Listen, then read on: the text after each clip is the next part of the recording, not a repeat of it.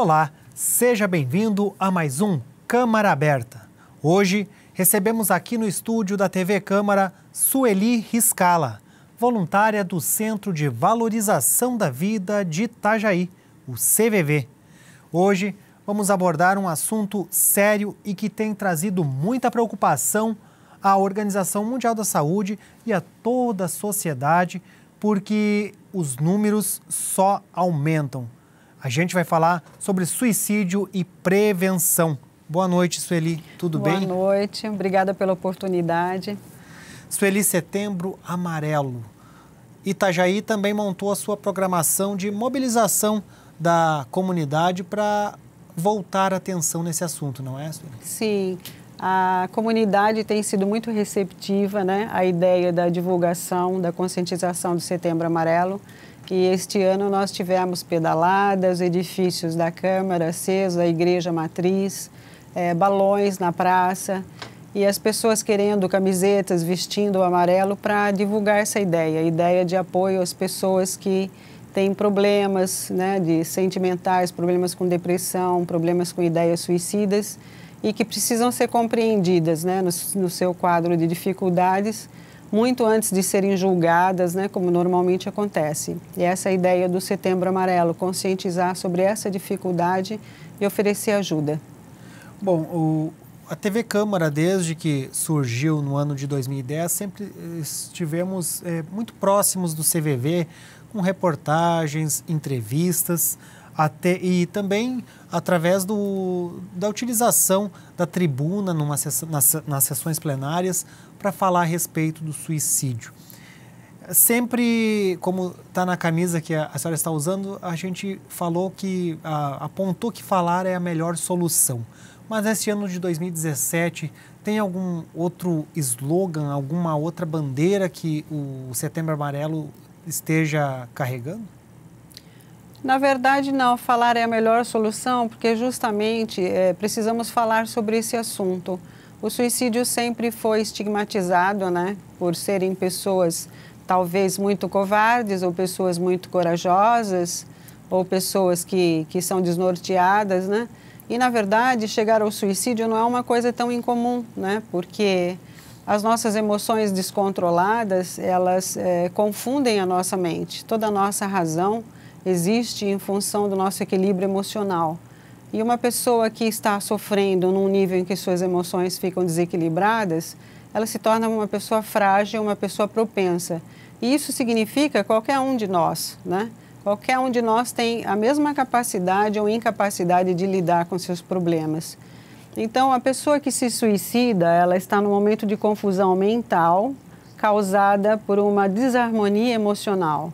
Essa confusão faz com que essa pessoa se mate sem ter a noção do gesto praticado. Isso significa que cada pessoa que se suicidou poderia ter sido salva de alguma maneira se tivesse encontrado a pessoa certa, o caminho certo na hora da sua dificuldade.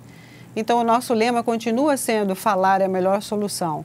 Tanto é para a pessoa que está em depressão, está com problemas, poder falar com alguém é a melhor solução, como também para nós falarmos sobre o suicídio com abertura, com respeito, né, com compreensão e acolhimento à pessoa. Nós precisamos falar sobre a morte com o suicídio como saída, porque para muitas pessoas ela parece sim a única saída. E nós sabemos que isso não é verdade. Então nós precisamos resgatar esse estado de espírito dessa pessoa e trazê-la de volta ao seu equilíbrio, o que é usual. Ela vai voltar e vai reassumir a sua vida como cada um de nós. Sueli, e quanto ao engajamento, como a Câmara de Vereadores tem feito há algum tempo, que é a iluminação do prédio público na cor amarela. Mas qual a importância que instituições públicas e privadas também participem do mês de Setembro Amarelo, entre outras atividades, e abordem o tema suicídio? Assim, fazendo um paralelo com o Outubro Rosa e com o Novembro Azul, é muito importante que as instituições apoiem essas ideias, porque é a única forma das pessoas conhecerem o assunto, se interessarem pelo assunto, quererem participar. Então, nós do CVV e do Setembro Amarelo, que é uma instituição internacional, né, nós agradecemos essa parceria. Ela ajuda o nosso trabalho e ajuda a diminuir o número de suicídios, né? Nós sabemos que o CVV, quando chega numa cidade que tem índices de suicídio significativos, ele sempre colabora para uma redução desse número. E cada instituição hoje que acende as suas luzes amarelas ou coloca em painel que nos oferecem, né, para passarmos a nossa mensagem na cidade, ou arrumam suas vitrines na cor amarela, para nós significa, assim, um carinho, um abraço a essa ideia e uma conscientização de que a participação de todos é muito importante, não só do CVV, né? O CVV não pretende salvar as pessoas todas dos seus problemas, a gente pretende, sim, levar essa conscientização de que o nosso trabalho vai nessa direção, que nós temos, ao longo de um ano, 1 milhão e 500 pessoas atendidas, né, por 2.000 voluntários em todo o Brasil. E sabemos que fazemos a diferença por essa questão, por falar e de maneira adequada sobre o assunto. Até algum tempo atrás, a imprensa falava sobre suicídio num gesto meio que de especulação, né, sem respeito. Mais assim, especulação sobre como foi, né, aquela coisa de criar uma polêmica em volta, do que propriamente de se interessar qual foi o gesto que a pessoa teve como opção, né? Por quê? O que acontecia com ela, né? O que está acontecendo com a sociedade? Por que os números são tão alarmantes no mundo inteiro? Então, será que dá para ficar imune a essa questão e dizer, não, esse problema não me pertence? Nós sabemos que a depressão é a doença mais incapacitante já e até 2020 tem números ainda piores. Atrás dela segue o suicídio, porque a pessoa que se suicida normalmente está num processo depressivo com algum transtorno momentâneo. Então, tudo isso é muito importante, porque cada um de nós tem o seu gesto de dizer, sim, eu estou sabendo do Setembro Amarelo e estou fazendo a minha parte em conscientizar mais pessoas, levar uma mensagem de apoio a essa ideia. Como que está a procura de pessoas se interessando pelo voluntariado no CVV em Itajaí? Há um aumento nesse sentido? Nós tivemos alguns episódios que provocaram números bem significativos, né? Nós tivemos um seriado chamado 13 Motivos, né? 13 Reasons Why, que foi assim um movimento bem forte de porquê, né? Como é que estava o mundo dos adolescentes naquela série, porque eles se matavam. Aquilo colaborou muito para que as pessoas pensassem a respeito. Depois tivemos o Baleia Azul, né, que foi um jogo mortal, que também foi divulgado pela internet, que deu para nós a dimensão do quanto as crianças estão abandonadas, o quanto elas estão isoladas do acolhimento, né, das pessoas que deveriam cuidar delas. E tudo isso traz para nós a nítida realidade de que estamos nos matando cada vez mais, né, mais intensamente, optando pelo suicídio como forma de saída. Então, o que nós estamos fazendo com relação a isso tudo? Qual é o nosso papel? Né? Nós temos que parar para pensar o que nós podemos fazer sobre isso. A senhora falou nessa série, entre outras séries e filmes que têm abordado esse tema e gerou muita polêmica nos meios de comunicação e também o jogo Baleia Azul.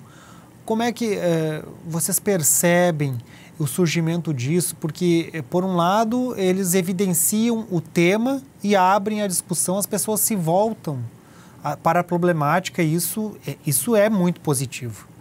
Mas essa produção midiática, essa produção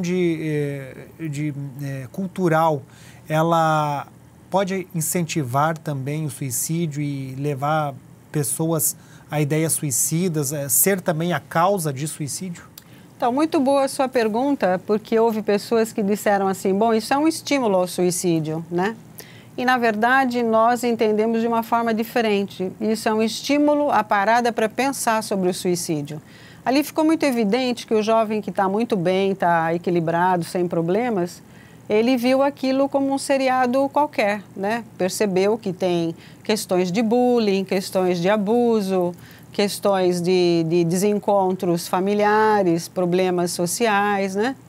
Mas as pessoas que estavam fragilizadas viram aquilo como um reforço. Sim, lá eles se mataram, eu também me mato, né? Para nós, o resultado dessa história toda, ou do Baleia Azul também, como dissemos agora há pouco, em que as crianças começaram a se cortar, né, para pertencer ao a equipe do Baleia, né? Eu agora sou um Baleia, nós percebemos que foi muito mais importante mostrar a fragilidade social da criança, do adolescente e o quanto eles estão isolados, sem comunicação, né? Com a família, com as pessoas mais próximas, sofrendo muita agressão, não tendo coragem de contar. Eles se sentem humilhados no nível da idade deles, no núcleo que pertencem, escolas, né? Por exemplo, clubes. E não tem diálogo, eles não sabem muito com quem conversar. A questão eletrônica, o mundo virtual, tem isolado muito as crianças e os adolescentes, porque os pais têm medo da liberdade de que as crianças saiam, de que elas brinquem, de que elas tenham amigos. Eles desconfiam de tudo, têm medo de tudo e o medo leva as pessoas a essas atitudes de isolamento. Sem prestar atenção, os pais deixam de perceber que uma criança isolada, ela não tem habilidade de comunicação, ela se sente deslocada do mundo, ela se sente desamparada. E o ser humano não pode viver dessa maneira, nós não funcionamos assim. O ser humano é um ser gregário que precisa de união, precisa de carinho, de amizade, de conversa, de risadas, de brincadeiras, né? De toque físico. E nós estamos nos distanciando de uma realidade que faz parte, nós estamos fugindo da nossa própria natureza. Precisamos encontrar outros caminhos para nos reencontrarmos nessa afetividade que é a característica do ser humano. Bom, nós vamos fazer um rápido intervalo. Já voltamos com o segundo bloco do Câmara Aberta. Até já!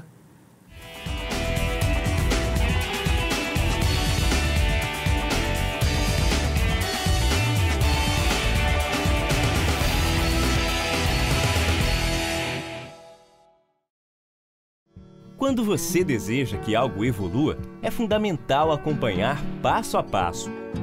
É preciso estar presente e expressar seu ponto de vista participando de cada nova etapa, para que o resultado final seja de qualidade. Com a cidade que amamos não é diferente. Venha participar das sessões da Câmara de Vereadores de Itajaí e seja um cidadão atuante. A mudança vem com a sua participação.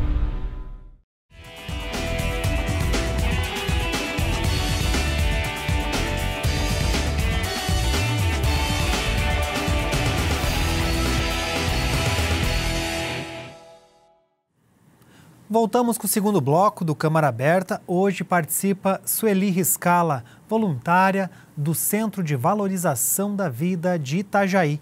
Bom, Sueli, só para a gente fechar aquele assunto que terminou o primeiro bloco com relação aos jogos, Baleia Azul, ou até séries e filmes de TV e plataformas que têm abordado, trazido a temática à tona. Muito se questionou, como a gente tinha dito, que poderia ser uma forma de incentivo ao suicídio de crianças e adolescentes. Mas não é bem por aí. Até pelo raciocínio de muitos, inclusive acompanho muitos psiquiatras e psicólogos falando que esse é apenas o reflexo de um abandono anterior, né?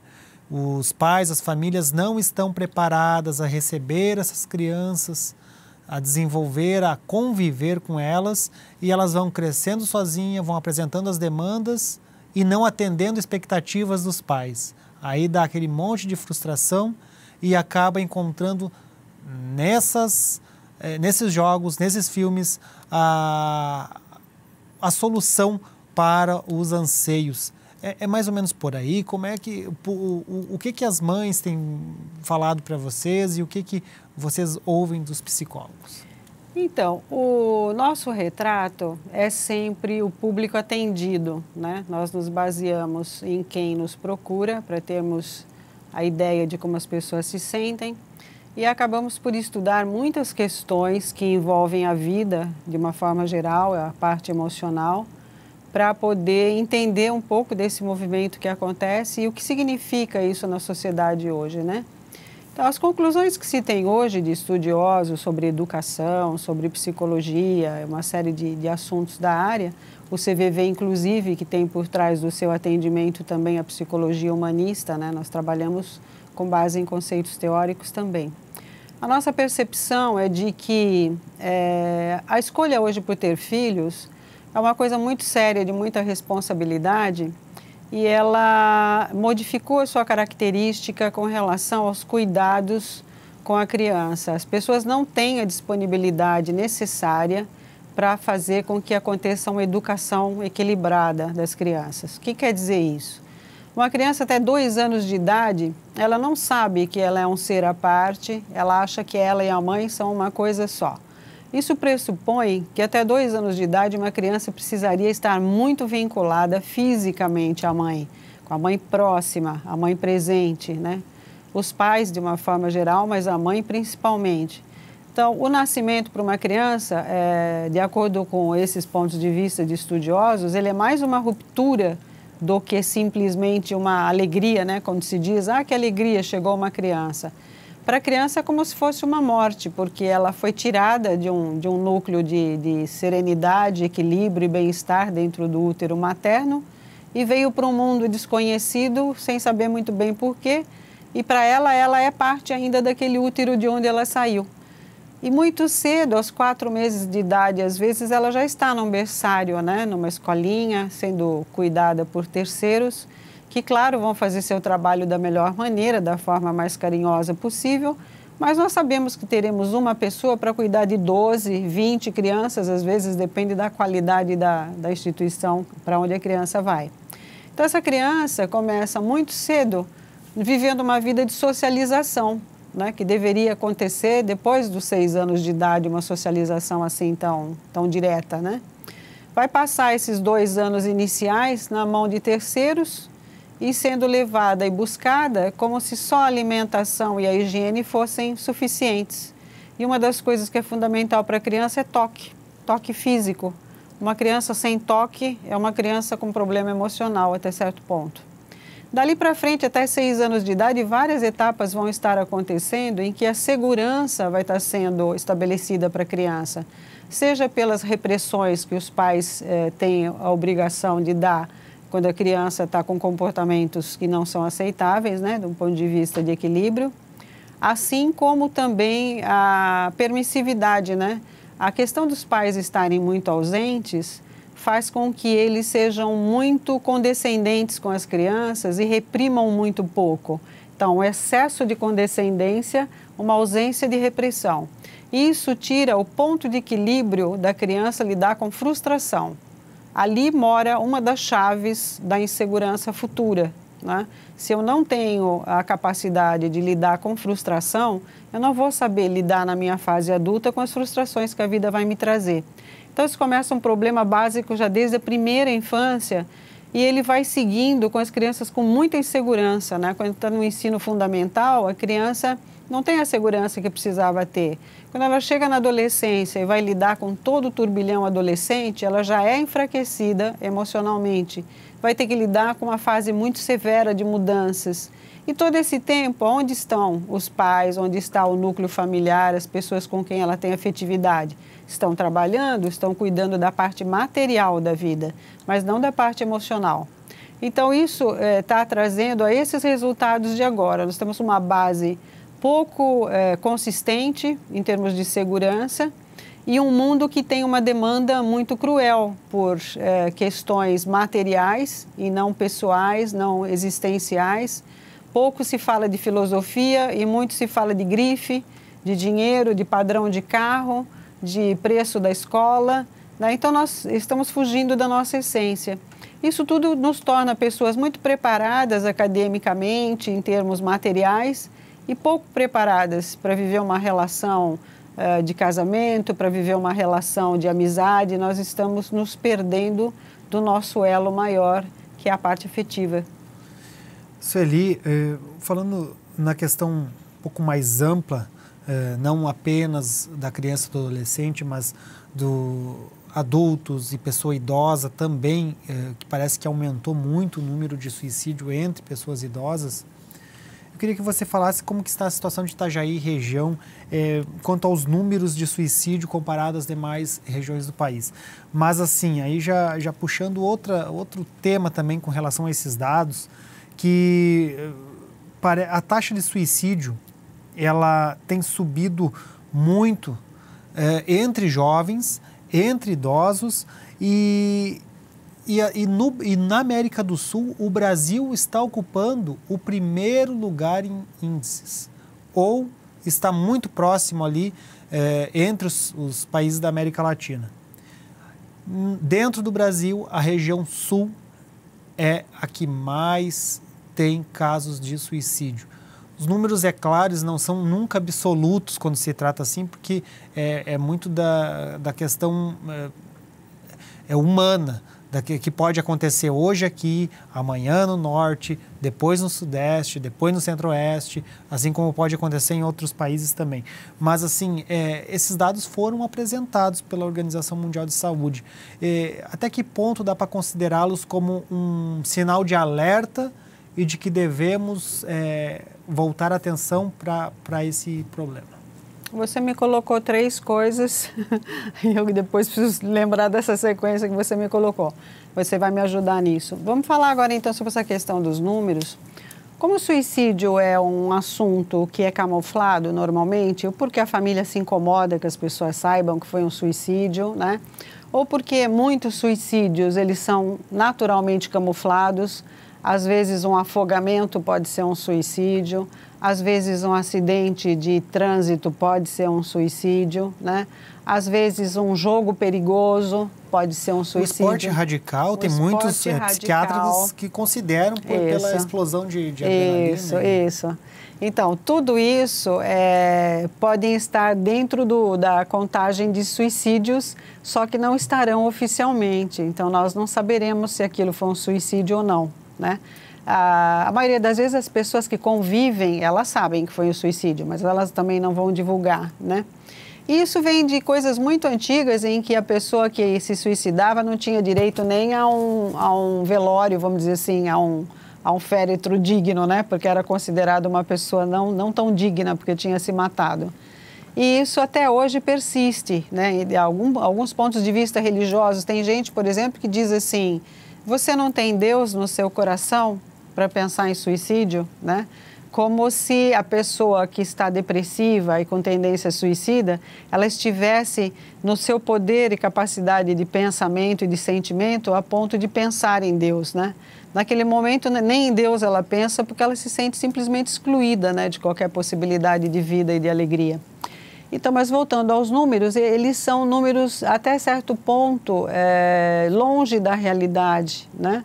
Nós sabemos que tem um número de 16 suicídios para cada 100 mil habitantes, como uma taxa média, né? E que essa média varia. Sabemos que algumas questões implicam em maiores números ou não. Então, os indígenas, por exemplo, que são completamente desassistidos, eles são excluídos da sociedade, né? Em cada país onde eles estão, eles são quase que uma sociedade à parte, porque a integração não acontece de fato, né? Eles têm menos oportunidades, são menos considerados para tudo, né? Para escolas, para trabalho. Então, entre os indígenas há um número altíssimo porque eles se sentem excluídos da sociedade. Então, comunidades indígenas são um dos pontos fortes. A questão da juventude tem a ver com esse imediatismo, característica do adolescente e do jovem adulto, porque quanto mais jovem se menos valor se dá à vida. Na verdade, a gente vai envelhecendo e vai se apegando mais, vamos dizer assim, né? E quando se é muito jovem, existe um sentimento de que viver ou morrer é uma coisa meio indiferente até certo ponto. É um imediatismo característico da impulsividade da adolescência, digamos assim. E hoje, com a demanda social que é feita em termos de resultados, nós vamos para uma faixa aí de 14 a 30 anos de idade muito fragilizada, né? Com 14 anos de idade, você está enfrentando a adolescência, toda aquela sensação de solidão, né, que você já vem vivendo. Aí você se depara com uma crise hormonal, né, um corpo crescendo desajustado, nem sempre as pernas estão do tamanho que corresponde à proporção, enfim, coisas que tem que lidar. A questão da sexualidade que surge na adolescência também, muito difícil o primeiro contato físico, o primeiro namoro, a coragem de abordagem, né? Hoje, essa sociedade também muito desestruturada de famílias em que pais e mães não necessariamente acompanham a vida da criança, tem também causado algumas alterações no comportamento sexual. Então, nunca se teve tanto bissexual e tanto homossexual como nos tempos atuais. E isso tem um pé também nessa questão da imagem do pai e da mãe em desequilíbrio dentro da família. Isso altera o resultado dessa questão também. E quando você sai da adolescência e foi para a universidade e começou a fazer sua vida acadêmica, existe uma demanda muito grande por resultados. Então, uma das coisas muito comuns dos nossos atendimentos é que a pessoa escolheu uma determinada carreira profissional porque o pai ou a mãe incentivam, exigem, cobram. Então, por exemplo, ele tem uma tendência a ser músico, a ser um artista plástico, né? O que diz o preconceito? Você não vai viver disso, você não vai sobreviver com esse trabalho. Então, você precisa estudar administração, economia, direito, alguma coisa que te dê dinheiro. A pessoa, às vezes, está terminando a universidade completamente frustrada. Ela não se reconhece nas escolhas feitas. E isso, então, vai criando essas implicações, a demanda de mercado, da interferência da família, da insegurança do jovem, da criança, do adolescente. Então, é uma faixa de idade muito fragilizada ultimamente, embora todo mundo ache que seja uma faixa de realizações, né? Na verdade, não é. Tem outro lado da medalha. Mais exposta. Sueli, eu vou retomar a pergunta no próximo bloco, até para a gente poder contextualizar e você prosseguir com a análise quanto à situação da região e do país com relação ao suicídio. Nós voltamos em seguida. Até já.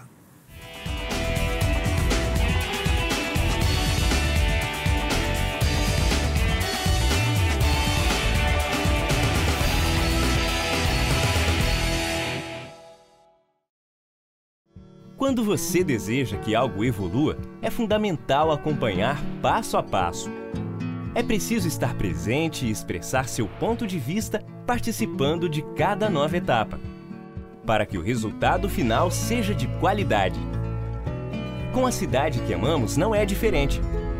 Venha participar das sessões da Câmara de Vereadores de Itajaí e seja um cidadão atuante. A mudança vem com a sua participação.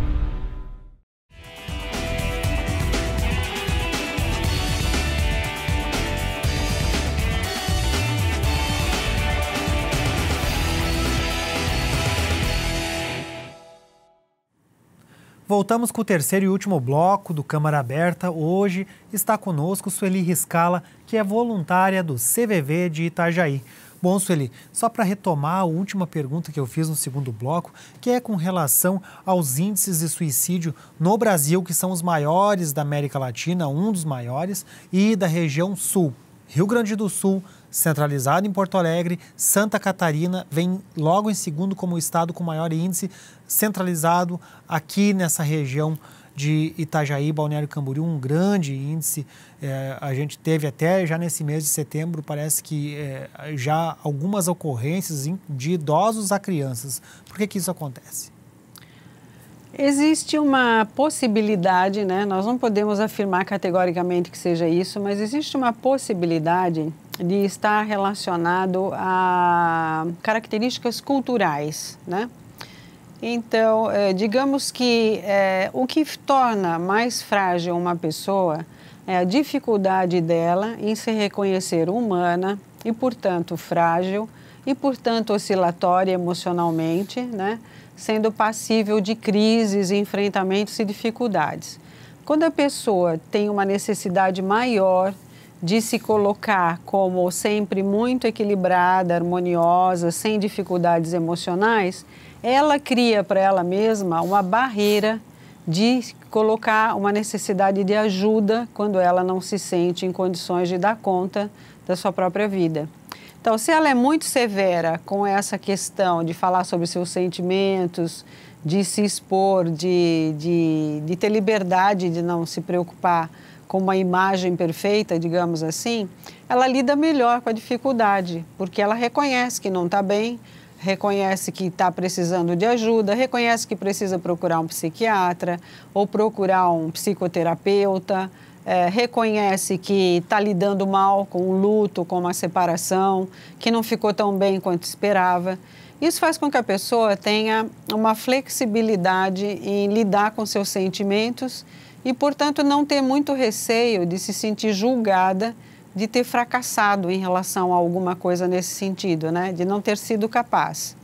Quando a pessoa é muito rígida, muito orgulhosa, muito vaidosa e ela não lida com essa possibilidade de ser flexível, de se aceitar com os seus problemas, ela vai procurar ter uma imagem inatingível, uma imagem impecável com relação a qualquer dificuldade emocional, como se ela fosse uma pessoa sempre perfeita, né, emocionalmente falando, que nunca tivesse problemas, nunca tivesse dificuldade. E isso não é verdade para nenhum de nós, seja quem for, seja de que país for, isso não é verdade. Todos nós somos frágeis em alguma medida. Então, nós acreditamos que existe uma possibilidade de colônias mais rígidas na sua forma de conduta, né? Entre eles, a gente pode citar as colônias alemãs, né, do Sul, a parte do Rio Grande do Sul também, com relação à vaidade, o orgulho gaúcho, vamos dizer assim, né? Que é uma possibilidade, nós não sabemos, mas a impressão que dá dos estudos que a gente faz é isso, que quanto mais rígida a pessoa, quanto mais a sua cultura local exija uma imagem perfeita, mais inclinação pode ter uma pessoa ao suicídio. Ela não vai procurar ajuda. Entre ela procurar ajuda ou se matar, é uma questão de dignidade para ela não recorrer à ajuda, não dizer que tem fragilidade e prefere a morte do que enfrentar algumas dificuldades. Isso aconteceu aqui recentemente com a gente, aqui na região de Balneário, aqui nas Redondezas, pessoas de alto padrão financeiro, né, bem-sucedidas na vida, bonitas, jovens, com lindas fotografias de sucesso no Facebook, e que se mataram, né? Então, o que acontece com uma pessoa dessa? Ela, às vezes, é uma pessoa já meio pública, né? Para procurar até um psiquiatra, ela não se sente à vontade, porque pode ser identificada como alguém que procurou um determinado médico, e ela se isola na sua dificuldade até uma hora que ela implode, né, emocionalmente e busca o suicídio. Então, a rigidez da pessoa é um dos fatores que propiciam a busca para o suicídio. A pessoa não reconhece a própria fragilidade e, portanto, não acha que é importante pensar a respeito. Sueli, só uns dados aqui para a gente poder até contextualizar tudo que a gente fala aqui. E, assim, dos 172 países membros da Organização Mundial de Saúde, apenas 60 enviam dados de qualidade sobre suicídio.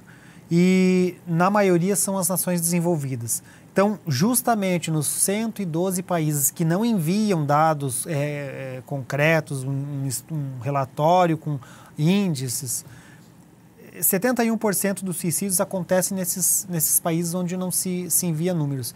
Então, quer dizer que assim como os números, os dados relacionados ao suicídio, eles são movediços, eles não são concretos, não dá para utilizá-los de forma absoluta para definir estratégias, para definir situação, para desenhar mapa. Deve-se ter muito cuidado com relação a isso. Assim também os fatores, as causas que a gente fala, eles devem ser considerados como especulação também, como hipótese, como possibilidades. Ainda se tem muito ainda a refletir sobre isso, a perceber, e até porque a gente percebe que por trás de tudo isso está uma doença emocional, está o fator da depressão, está os fatores que levam o indivíduo às vezes a um vazio existencial, a falta de valores e de referências que acabam sendo o suicídio a única forma de encontrar alguma solução. É mais ou menos por aí, Sueli, assim, dá para considerar que a gente ainda trabalha muito com hipóteses e com números pouco concretos, assim? Sim, porque se nós compararmos, por exemplo, com o Brasil, né, que é um país em desenvolvimento, né, ele está aí no meio dessa escala, né, digamos assim, quantos órgãos nossos têm informações aprimoradas sobre suicídio? Se nem a família informa que foi suicídio, né? Se vai ter sempre um número aí sem expressão, que são desses suicídios indiretos, né? Que a gente conhece. A utilização de drogas. O esporte radical, né? A droga, o álcool, né? O álcool é permitido no Brasil em qualquer lugar. Você pode comprar álcool e consumir. E o álcool é uma das saídas da depressão, de sintomas de estresse, que as pessoas utilizam álcool para isso. Então, tem por trás de muita coisa comportamental, tem altos índices de suicídio, com certeza. Você tem várias maneiras de acabar com a vida, né? Uma delas é alguma forma de autodestruição permanente. Então, o alcoólatra, por exemplo, que razões levam uma pessoa para um alcoolismo, né? Não é simples e puramente o fato dele gostar de beber, não é isso, né? Ele precisa se anestesiar de alguma forma e isso está funcionando para ele como um sedativo. Em vez de ele procurar uma medicação, um tratamento, ele está saindo pelo álcool. Então, os números do suicídio, eles são muito longe da verdade, né? Não tem condição de você ter um número preciso. A gente sabe por amostragens, né? Vai mais por amostragem do que por dados exatos, né? Então, é isso. Ou seja, fale mais, escute mais e conviva mais. Sueli, obrigado pela participação aqui no Câmara Aberta. Pode ficar à vontade para uma mensagem final, deixa o número do CVV, o endereço e o convite a que cada um possa tirar um tempo da sua agenda e conhecer ou entrar em contato. Isso. Eu queria comunicar às pessoas que estão interessadas na nossa capacitação que no dia 24 de setembro teremos um novo curso, né? E dizer que a minha sugestão do CVV é que não só você que queira ser voluntário venha para a capacitação, mas você também que se interessa por assuntos humanitários, você que gostaria de conhecer um pouco mais do assunto para ajudar, de repente, alguém que faz parte do seu núcleo de amizades, da sua universidade, né? A nossa capacitação, ela envolve um dia inteiro de treinamento de 4 temas, né? Que é a apresentação de quem é esse CVV, né? Essa grande ONG de 2.000 voluntários. Depois, quem é a pessoa que nos procura, quais são as motivações. No terceiro item, a gente aborda quais as características necessárias para alguém ser um voluntário, para ter alma de voluntário, digamos assim, né? E no quarto item, nós abordamos a relação de ajuda, como ela se processa, como é essa escuta, como é esse atendimento. Se a pessoa gosta dessa primeira fase, quer fazer a nossa segunda fase, ela se compõe de 10 encontros de 2h30, onde as pessoas são treinadas, né, com simulados, a conviver com o nosso dia a dia e entender como as coisas acontecem no nosso trabalho. Se isso tudo fizer com que a pessoa se sinta uma pessoa direcionada para o voluntariado, ela começa o atendimento ainda sendo acompanhada até que se sinta segura. E nós sabemos que é um trabalho que demanda tempo, né, para que a pessoa se sinta confortável, que se sinta bem com a execução do trabalho. Então, fica essa proposta de que você que tem alma de voluntário venha no dia 24. Né? O nosso número de telefone para mais informações é o 3349-4111. E o CVV está no site cvv.org.br, onde você pode encontrar todas as informações que você necessita. Você tem um posto na sua cidade, qual é o telefone desse posto, né? E obter informações com qualquer um de nós através da rede. E quero informar também que nesse Setembro Amarelo nós ganhamos o número 188, um número gratuito em parceria com o Ministério da Saúde, que está sendo instalado até o fim de setembro. A partir de outubro, toda Santa Catarina contará com esse número 188. Então, atualmente é 141 ainda, né, o atendimento rápido, e vai ser 188. Então, espero por você que está interessado e você que gostaria de ter maiores informações sobre como ajudar o seu próximo. Sueli, muito obrigado pela participação aqui no Câmara Aberta. Desejamos um ótimo trabalho para vocês. Obrigada pela oportunidade mais uma vez. Encerramos mais um Câmara Aberta. Até a próxima.